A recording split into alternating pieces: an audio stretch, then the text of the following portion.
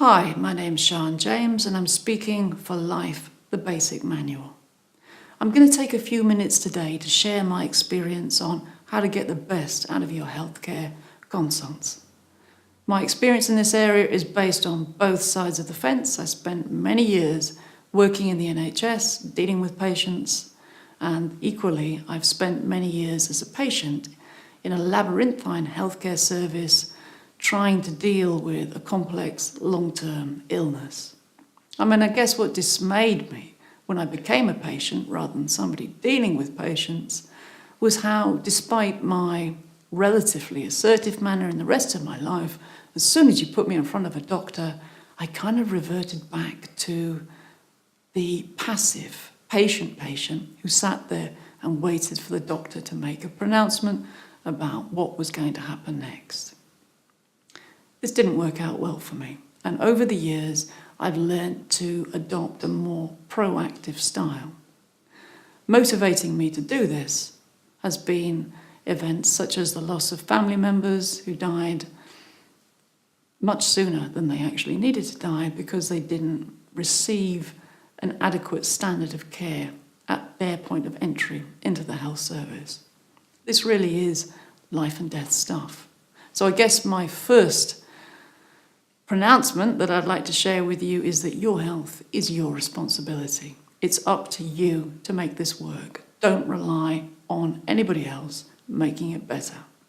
So when you go into a healthcare consult, go in prepared.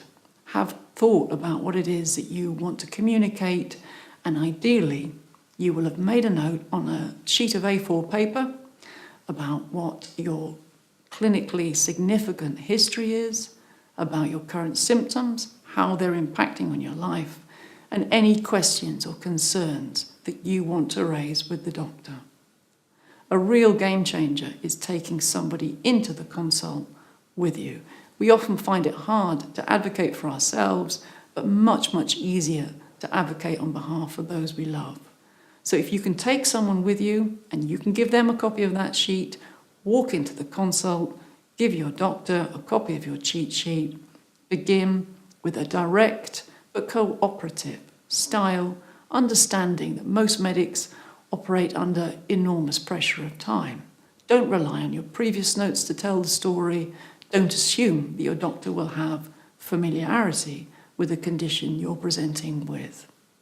And during that consult, however long, however short, in whatever setting, try and make sure that by the time you get to the end of it, you've asked those questions, you've raised those concerns.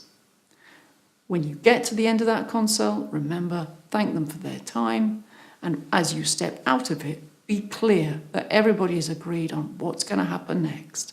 Maybe that's watchful waiting, maybe it's an active course of treatment, maybe it's further investigation. Make sure that there's a shared understanding of how you're going to proceed. And if you don't feel heard in that consult, or if you feel something seriously untoward has happened, don't hesitate to follow a complaints procedure or to push for a second opinion. Many people have the idea that it's the patient that gets the best standard of care. My experience in the health service was very much the opposite, that it is the assertive patient who is prepared, if necessary, to be slightly awkward on occasion that will get what they need in order to get well. So I really hope that's been of use to you.